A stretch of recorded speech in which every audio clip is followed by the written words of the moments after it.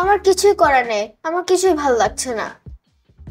আচ্ছা, তুমি আমার মতো বই পড়ো, তোমার খেলনাগুলো দিয়ে খেলো, দেখবে খুব ভালো লাগবে। আমার এগুলো ভালো লাগে না, আমি বাইরে যেতে চাই। কিন্তু এখন তো সন্ধ্যা, তুমি কিভাবে বাইরে যাবে? বাইরে তো অন্ধকার, কিছুই দেখা যাচ্ছে না। তাছাড়া তোমার বন্ধু বান্ধব সবাই চলে গেছে আজকে ঘরে। এই কাজ করি, তুমি আমি আজকে একসাথে খেলি, দেখবে তোমার অনেক ভালো লাগবে। আজকে আমরা উনু খেলবো। দেখো আমার কাছে উনু আছে, আমরা আজকে উনু খেলবো। উফ, আমি এটা খেলতে চাই না, এটা বিরক্তিকর। কিন্তু আমি তোমাকে আজকে শেখাবো, দেখবে তোমার খুব ভালো লাগবে। কিন্তু আমি জানি না তো এটা কিভাবে খেলতে হয়। আমি তোমাকে শিখিয়ে দেব এবং তোমার খুব ভালো লাগবে।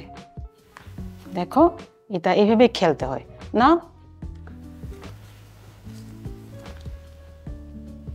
কে আগে? তুমি, তাই না? তাহলে তোমার কার্ডটা আগে ফেলো।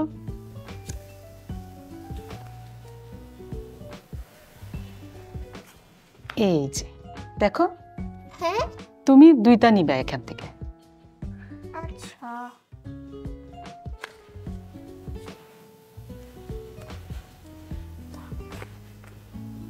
আমার তো হলুদ কার্ড নাই, দাঁড়াও তোমাকে আমি রং পাল্টে দিচ্ছি। এই দেখো, তোমাকে গ্রিন ফেলতে হবে। হ্যাঁ, ধুর, তুমি প্রথমে আমাকে দুইটা দিয়েছো, এখন আমাকে চারটা দিয়েছো। আমার তো কার্ড বেড়েই যাচ্ছে। তুমি তো জিতে গেলা। হ্যাঁ, খেলায় কেউ কেউ জিতে, কেউ কেউ হারে। আজকে আমি জিতে গেছি, কিন্তু এই খেলা তোমাকে বুদ্ধি দিয়ে এবং পরিকল্পনা করে খেলতে হয়, যার কারণে আমরা ভালো খেলি। তুমিও যখন পরিকল্পনা করে খেলবে তখন তুমিও জিততে পারবে, তাই না? নাও চারটা, তা নাও। Colour green. এই যে আমি জিতে গেলাম। ধুর, আমি এই খেলা খেলবো না, আমি পারছি না। তুমি দুইবার জিতে গেলা, আমি দুইবার হেরে গেলাম। খেলায় এরকম হয়, কোনো কোনো সময় আমরা হারি, কোনো কোনো সময় আমরা জিতি। আমরা হারতে হারতে খেলা শিখি। কিন্তু মা, জানো, আমি বন্ধুদের মধ্যে আমি সবচেয়ে ভালো খেলতে পারি। আমি যখন খেলি অনেক ভালো খেলি, কিন্তু অন্য কেউ যখন আমাকে বুদ্ধি দেয় তখন আমার ভালো লাগে না। ঠিক আছে, আজকে আমরা একটা গল্প শুনবো, এবং সেই গল্প আমার দিদিমা আমি যখন ছোট ছিলাম তিনিও সেই গল্প বলতো। ঠিক আছে, গল্প শুনবো। এমনিতেও আমি হেরে যাচ্ছি। ঠিক আছে। অহংকারী রাজকুমার।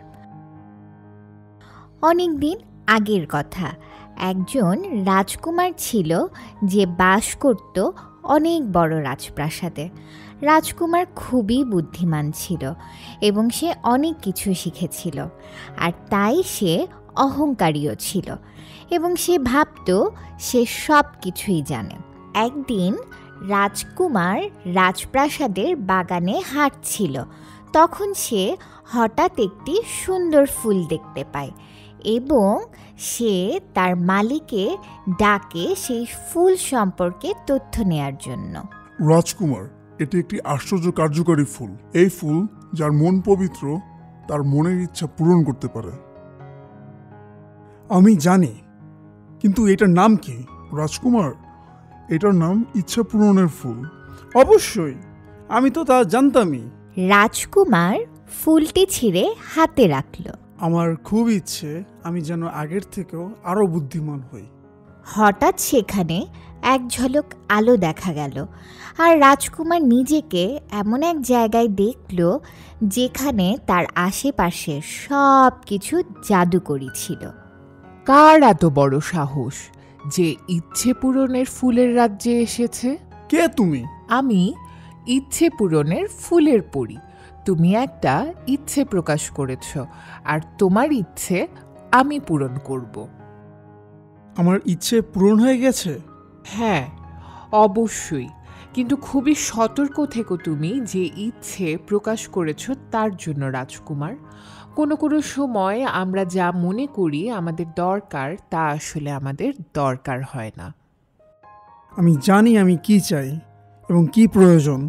আমি সবচেয়ে বুদ্ধিমান আমার রাজ্যে এবং এরকমই আমি থাকতে চাই।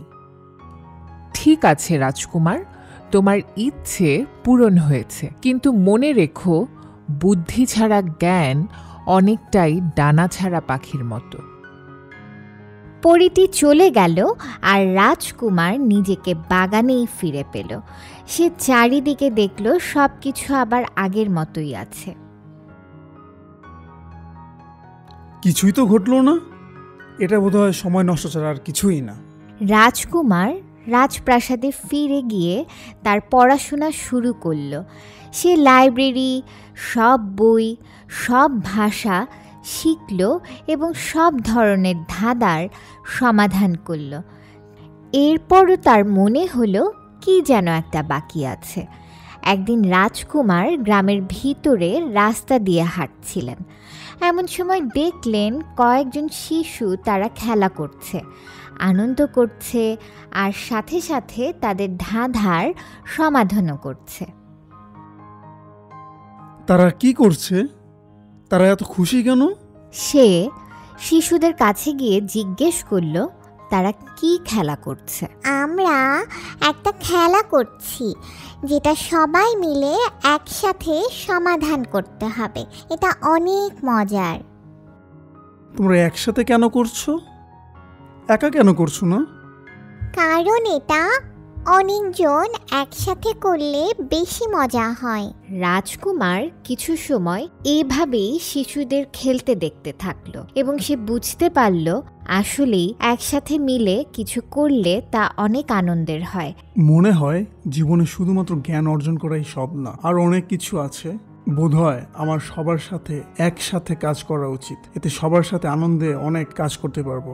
রাজকুমার প্রাসাদে ফিরে গেল এবং পরিকল্পনা করল গ্রামের শিশুদের জন্য একটা অনুষ্ঠান করবে। সে যাদের চিনে সবাইকে নিমন্ত্রণ জানালো আসবার জন্য। এটা দারুণ অনুষ্ঠান। অনেক ধন্যবাদ রাজকুমার।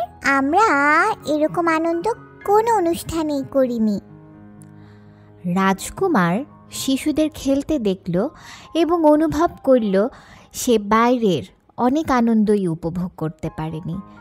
সে এত বেশি পড়াশোনা ও জ্ঞান অর্জনে ব্যস্ত ছিল যে সে বন্ধুত্বের যে আনন্দ সেটাই অর্জন করতে পারেনি। আমি আসলে অনেক বোকা ছিলাম। আমি ভেবেছিলাম জ্ঞান অর্জনই বোধহয় সবচেয়ে গুরুত্বপূর্ণ, কিন্তু এখন দেখছি জীবনে আরও অনেক কিছু করার আছে। সেই দিন থেকে রাজকুমার পরিবর্তন হতে লাগলো। সে অনেক দয়ালু, সহানুভূতিশীল, সাহায্যকারী হয়ে উঠল। সে বন্ধু বানাতে শুরু করলো আর ভালো সম্পর্ক রাখার চেষ্টায় থাকলো। সে আনন্দে সময় কাটাতে শুরু করলো পরিবারের সাথে। এভাবেই বছর কেটে গেল আর রাজকুমারও একজন জ্ঞানী, বুদ্ধিমান ও ভালোবাসায় পূর্ণ রাজা হলো, যাকে সবাই সম্মান করত ও ভালোবাসত। কিন্তু সে কখনোই ইচ্ছে পূরণের পরীর কথা ও শিশুদের শিখানো শিক্ষার কথা ভুলে গেল না। সে জানত বুদ্ধি ছাড়া জ্ঞান ডানা ছাড়া পাখির মতো, আর প্রকৃত আনন্দ পাওয়া যায় বন্ধুত্ব ও ভালোবাসায়। পুটি দারুণ ছিল মা। গল্পে কি শিখলাম আমরা? শুধু বুদ্ধিমত্তা থাকলেই হবে না, তার সাথে আমাদের জ্ঞান, বন্ধুত্ব, ভালোবাসা এই সব লাগবে ভালোভাবে এবং আনন্দে থাকার জন্য। এবং আমাদের পরিবারেও এটি খুবই প্রয়োজন। ভালোবাসা, বন্ধুত্ব এবং সহভাগিতা। আমাদের নতুন বিষয়ও শিখতে হবে সুন্দরভাবে জীবনযাপন করার জন্য। ঠিক আছে মা, আমি এখন থেকে তাই করব। খুব ভালো।